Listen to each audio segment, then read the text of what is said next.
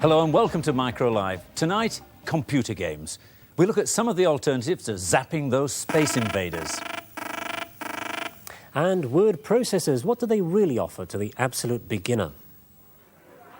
From the city, Stephen Arkle reports on how stockbrokers have been struggling with their newfound computer power. And we tell the sad story of the wing sail, a computer-controlled sail which has steered its inventor into troubled waters.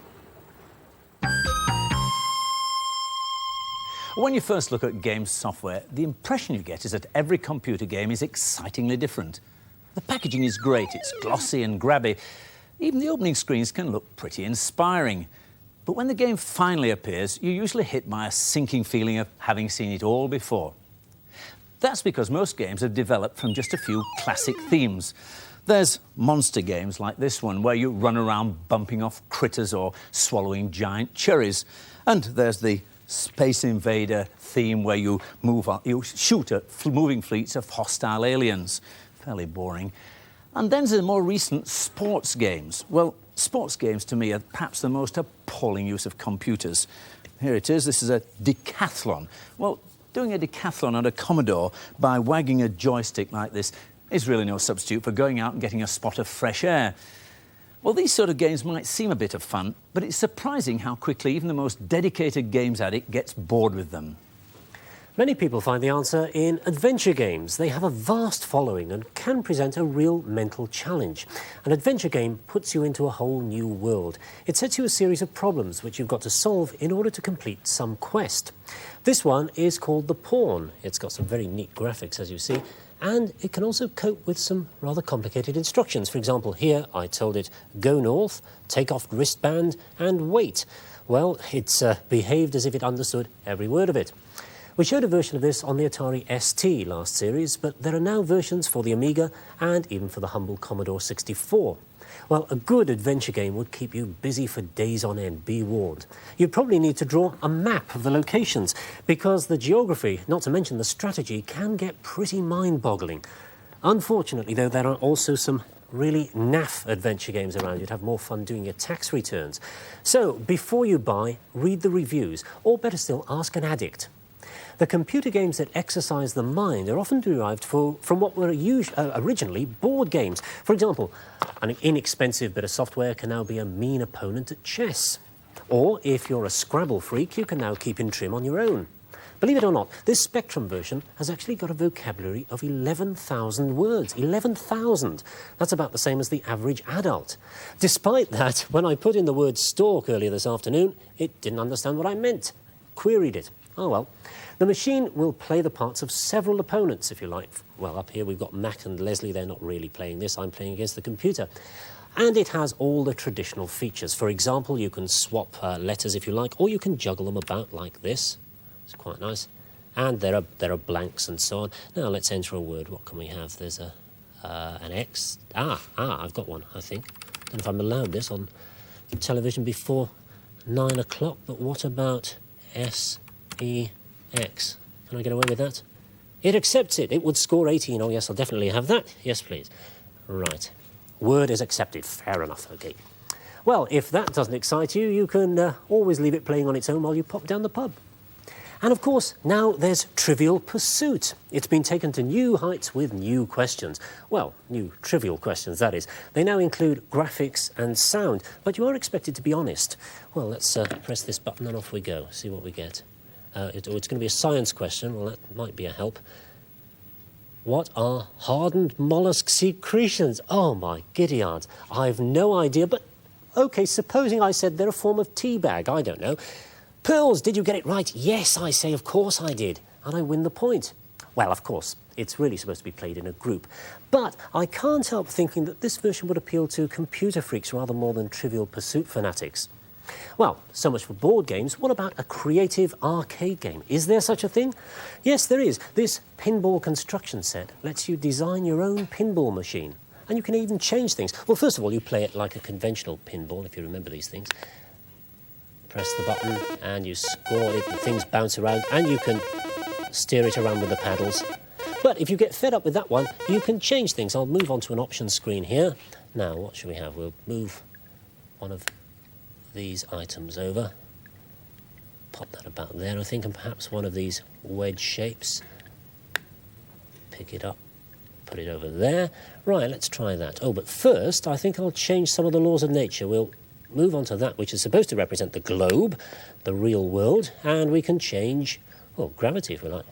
Make it a bit stronger. Oh, no, let's make it a bit lighter, see what happens. And elasticity, that's the bounce of the ball, so we'll change that a bit. Pull that down here. Right, quit that. Back into play mode, which is that icon there. There it is. Now let's try that. Oh, you see, well, gravity really has reduced there. I'm playing this on the moon or something.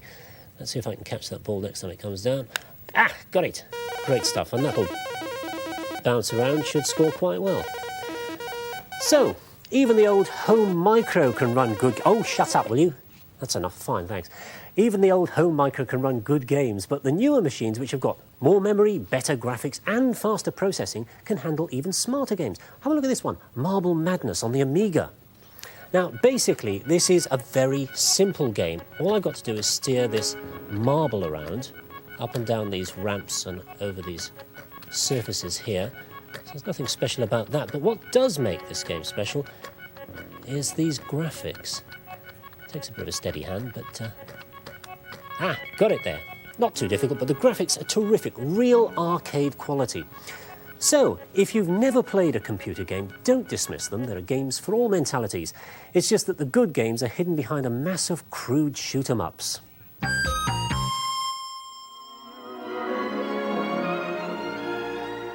The age of sail lasted over 1,000 years. The wind costs nothing, and with sails properly set, a ship is capable of pulling the heaviest loads through the roughest seas.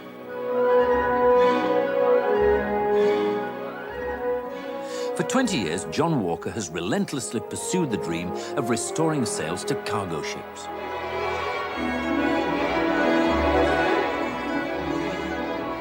Sails unlike any seen before.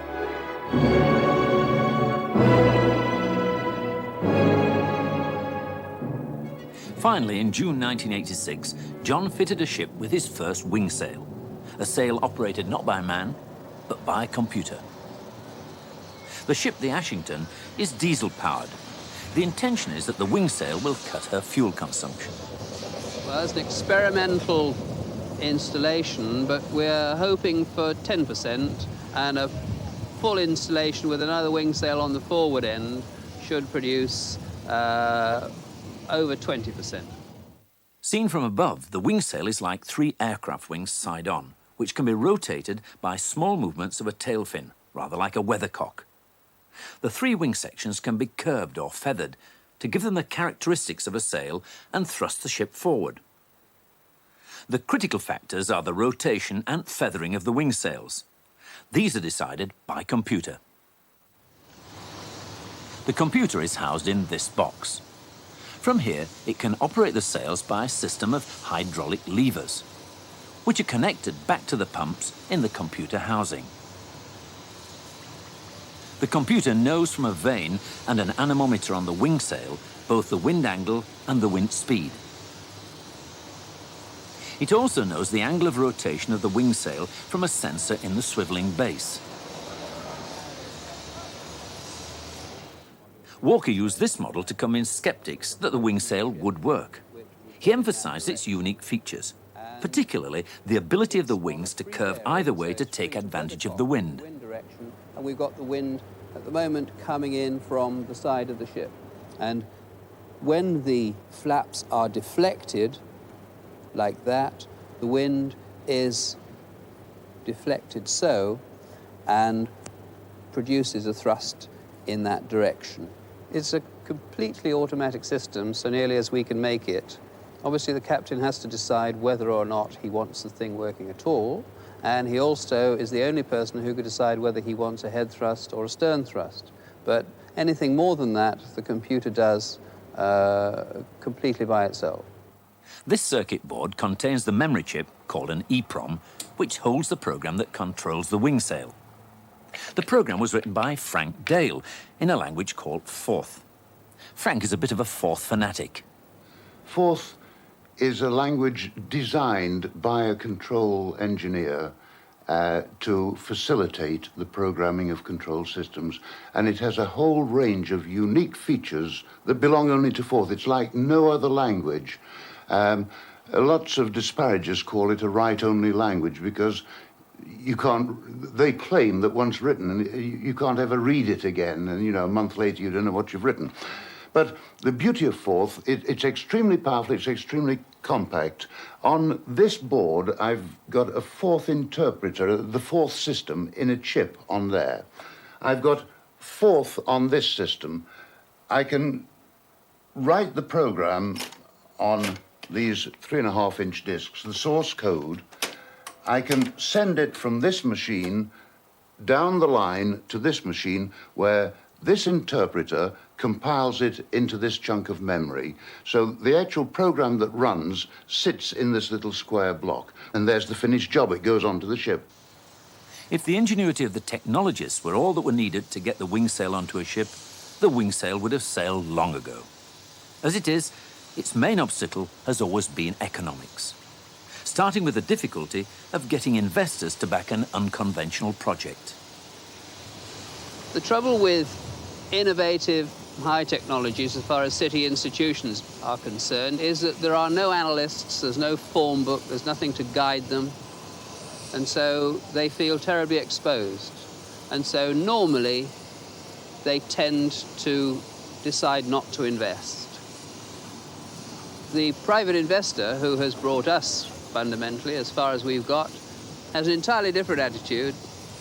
He or she, an astonishing number of ladies among our shareholder list, say this is something which seems to be sensible, seems to be important, it ought to be able to proceed, and therefore I'm going to put some money into it. But as the day of the launch approached, no investor could ignore the crucial fact that John's factory had no more firm orders and was lying idle. The only sign of activity was the men from Lloyd's Register of Shipping fitting a recorder into Wingsail's computer to see if the sea trials would vindicate John's claims. And as John Walker waited for the maiden voyage of the Wingsail, one thing was moving decisively against him. The price of oil was falling dramatically. Wingsail set sail on the 12th of June 1986. John and his wife watched as it moved into Southampton water on its way to trials in the Irish Sea. I can't remember the last time I cried. Perfect, eh? Over the next month, the data recorders were to show that Wingsail did indeed save about 10% of the Ashington's fuel consumption. Another important benefit also became apparent. Wingsail's ability to exert thrust in the right direction at the right time meant that it could be used instead of expensive tugs when docking.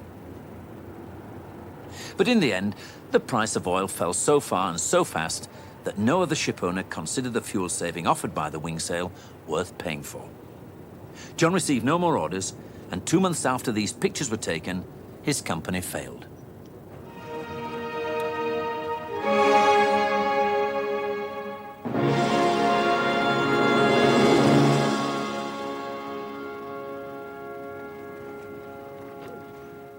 Well, the Wingsail on the Ashington is still performing well and came through an encounter with Hurricane Charlie in the Bay of Biscay completely unscathed. Well, although John Walker had to lay off most of his staff in August, he's managed to start another venture, developing a yacht design based on the principles of the Windsail. And we wish him good luck. Oh.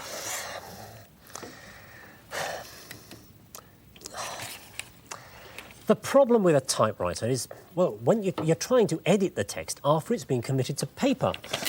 Now, of course, ideally, the paper copy would be the final stage. And that, of course, is what the word processor is all about. You can make all your changes before you commit yourself. Well, this is a BBC Micro running a package called WordWise. We've used the B because it lets us show the screen more clearly, but there are word processing packages with similar features for just about every micro on the market. Well, the first thing to note with any word processor is there are 2 ways of working. One to enter and edit the text, the straightforward typing, what I'm doing at the moment, and the other is for commands or instructions to tell the software what to do with the finished product. And we have a list of them here. We could save the text, we could print it out, etc., etc. As far as the computer's concerned, it's as if you're in two separate rooms. With this package, it's easy to see which room or mode you're in. You can switch or toggle between the two. The screen layout is quite different, and the various possibilities are selected from this menu here.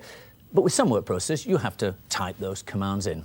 Right, well, let's see how the word processor helps you write. I'll move into the writing mode, and that's one key depression on almost every system that you find. And as you can see, I'm working on a bit of a spoof letter here. I'll add a few more words in. I've been looking for a new job for 5 years and cannot find... Now, one of the things you find here, if I was typing here on an ordinary typewriter, the bell would ring to indicate the end of the line. I'd have to hit a character turn to go on to the next line. But the software does take care of this. Cannot find one, and it doesn't split the word. It puts the word completely on the next line. Now, that's called word wrap, and it's a feature of all word processors. It means you can just go on typing without looking at the screen. But the word processor really comes into its own when you want to correct your mistakes. And the key that does this is the cursor, this little flashing bar here, the cursor. And it can be moved around using the arrow keys. So I have made a mistake up here. I just move the cursor over onto it, put it underneath it, and I want to replace that. So I go into overtype mode, I replace the F with an R, and it's simple as that. You'd never know that the F had ever been there. But word processors can do far more than just correct typing errors. You can make much more fundamental changes. Suppose I wanted to actually insert a word in here. I'll go down to this line here and position it. Now I'm going to go into insert mode. There's always two modes here, one to overtype what you've written and one to insert some new text. So I wish to apply for a job as a journalist. And as I'm typing this, automatically the words are being wrapped around and put on the next line down. Well, what about a major change? Perhaps I'd like to move the bottom paragraph in between the two first paragraphs, and that's fairly straightforward. I take the cursor down again, I put a marker in there, I put a marker at the end of the passage or text that I want to move, and then position the cursor again right on the line where I want it to be, and then move the text. And there I've got my letter fairly well structured. I could just as easily delete a paragraph or insert it twice or whatever. Now, if that was all the word processor did, it would still be worth having, but there's much, much more. For example, suppose you wanted to change a word every time it appeared. Now, in the last paragraph, there's two no's in there. Now, I might want to change that. So I go into the command mode, and I've got a search and replace here. Now, this says global or selective, G or S. So global means I replace every time the phrase appears, and selective means it will give me a choice to check each time. Well, I'm going to check, so I'll put an S. Please enter the search string. Well, I want to search for the times when no appears. That's no, and I type that one in there. And it's going to ask me what I'd like to replace it by. And I think I'd like to replace the no by am cog no sent with. That's a nice phrase to put in my letter. And am cognoscent with will replace no. Now, if I hit the key, it asks me here, do I want to replace the no here? And I am cognoscent with the difference between buffered and unprocedural sounds really quite pompous and should improve the letter no end. So I'll say yes to that. And down here, it's asking me, do I want to replace that no? Well, who work for you am cognoscent with doesn't make any sense, so I'll say no to that one. And there is my letter. It's looking quite reasonable. Of course, this is really only useful, this replacement, when you have a long letter with lots and lots of changes. And depending on the software you're using, well, there's plenty of other things I could actually do with this letter. But what you can't do is switch off the computer and come back tomorrow and expect that the letter will still be there. At the moment, the letter only exists in the computer's memory, right in there. So it must be put somewhere safe whilst the computer is switched off. In this case, we're going to put it onto disk. So I go back into the command mode. One, to say the text, it asks me to enter a file name. I'll call the file Mac. And the light comes on, and I can just hear it writing onto the disk, and that's saving the letter. Well, computers do go wrong, or you can even make a mistake yourself, so it's worth saving your work every 10 minutes or so. So this letter is ready to print.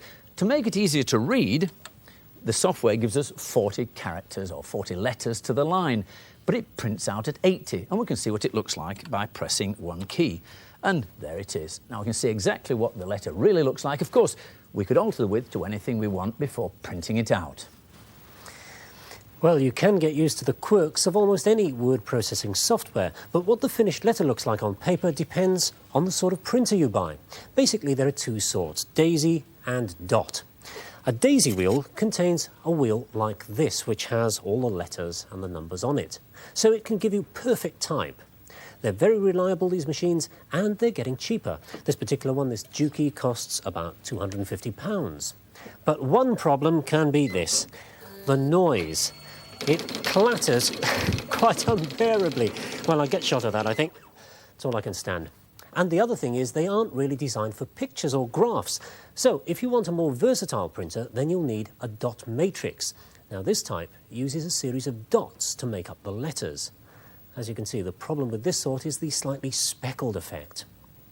There are dot matrix printers that get round this by double striking. They're called NLQ, or near letter quality, and they can look quite good. This particular one is a brother, and it costs only about £110. And here is the variety of things you can get from it. There are different widths, different boldnesses and so on, even italics. So, a resume of what you'll need to start word processing. If you've already got a computer, then you'll need a reasonably clear monitor.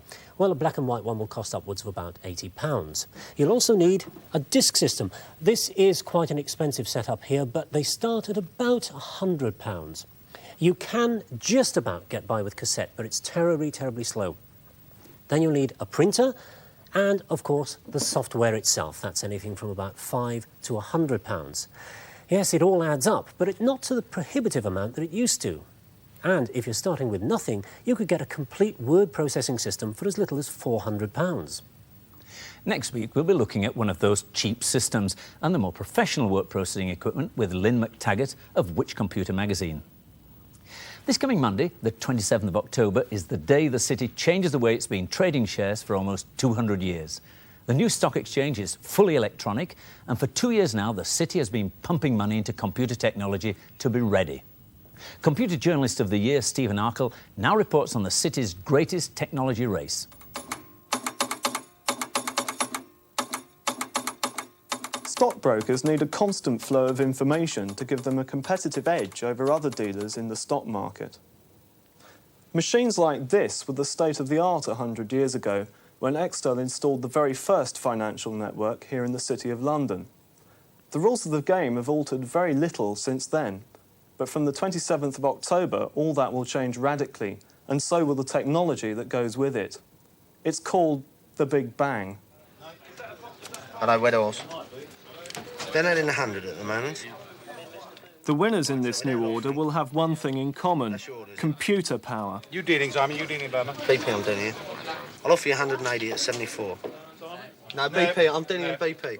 Because in the future, it will only be possible to keep up with the market with the help of the microprocessor. The right to deal on the stock exchange floor used to be bestowed by an exclusive committee of stock exchange members. In short, it was a monopoly, and the government didn't like it. So the stock exchange was forced to put its house in order. From October the 27th, any company with the right financial credentials from anywhere in the world can join the London Stock Exchange. The new rules will bring it into line with other trading centres like New York and allow it to become part of a worldwide share trading network. That means that British stockbrokers will not only have to compete with foreign brokers, but also with their technology. And the technology war has only just started.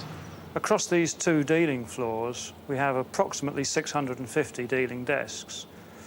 We've invested in the region of £18 million in technology purely for the dealer desks alone. We're currently on the verge of installing a far larger processor, the IBM Sierra, which will take up 3 or 4 times the area you now see before you, and it will enable us to move into areas such as 24-hour global trading so that we can trade on a 24-hour basis in London, Tokyo and New York. But the city hasn't found getting the right hardware and software that easy. Stockbrokers Quilter Goodison had to abandon their Big Bang technology when they found that it wouldn't cope with the expected increases in trading volumes. And Horgavet has had problems getting enough lines off British Telecom to connect to the stock exchange computer. In fact, even the stock exchange itself hasn't exactly set a shining example. The traded options situation, I think, received the most publicity. The situation essentially was where the traded options market was based on a system of networked IBM PCs.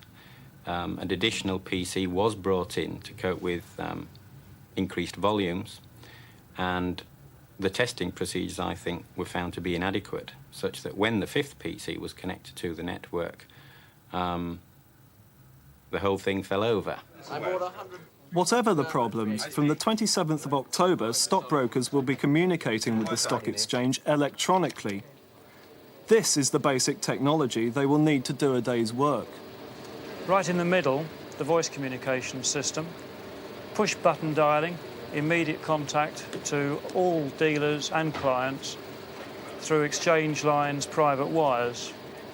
On the left-hand side of the desk, we have all the information services, one keyboard, any range of information services through any number of screens. The dealer would sit and watch this information, seeing price movements and details of any news in the market that would actually affect prices and market conditions.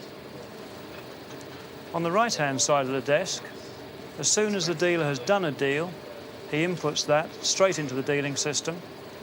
Details of the deal and every price movement automatically is sent straight through to the stock exchange systems. Then finally, on the right-hand side of the desk, a personal computer. This would be used for analytical purposes, decision support systems. You'll appreciate at the present time the screen's blank because obviously our software is somewhat confidential. This screen would give a broker quick analysis on whether a particular share is worth buying. The software behind it is kept secret, as good computer analysis can give a broker a substantial edge over the competition. But Cambridge consultants agreed to show us an advanced system that they are now developing. Asked about buying 9,000 IBM shares, the program will give the broker a breakdown of IBM's recent performance, followed by an assessment of how difficult the deal is to execute. It supports its conclusion with reasons, in this case that because the order is a small one, and because there are sellers about, it is easy to do. Systems like this can easily be converted to deal by themselves, without any human intervention at all. Trading by computer, program trading as it is called, is already happening in New York and was partly responsible for the collapse in share prices this autumn. For example, the New York firm of Morgan Stanley already has a computer which trades by itself, without a broker even touching it. One way or another, it won't be long before program trading comes here to London. So the most immediate impact of the Big Bang will be to introduce foreign ways of doing things.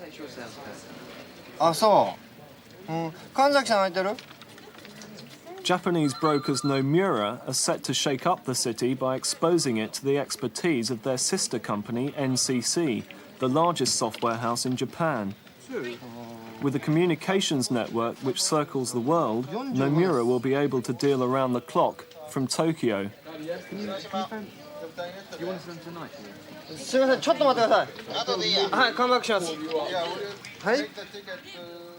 Competition like this will soon sort out which brokers know how to deal and which have a great deal to catch up on. Last Saturday, when the city ran a full dress rehearsal for the Big Bang, 2 brokers were forced to send out messages saying they couldn't join in because their systems weren't working. Let's hope they do better next Monday. Until next Friday, good night.